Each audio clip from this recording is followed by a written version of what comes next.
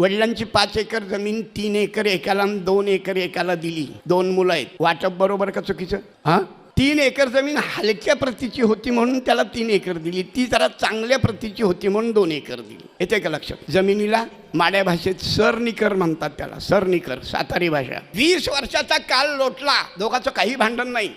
ज्या दिवशी वडील वारले 13वा वगैरे उरकला आणि ज्याच्याकडं 2 एकर होतं त्यानं 3 एकर असणाऱ्यावर कोर्टामध्ये केस दाखल केली की मला याच्यातल्या अर्धा एकर मिळाली पाहिजे. चुका बरोबर?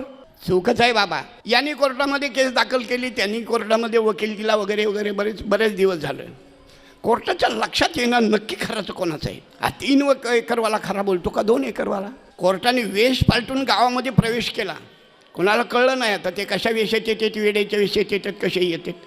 पारावर, चौकावर, कट्ट्यावर, मंदिरावर बसणाऱ्या मंडळींच्या जवळ जरा इकडं तिकडं जाऊन जरा कानोसा घेतला.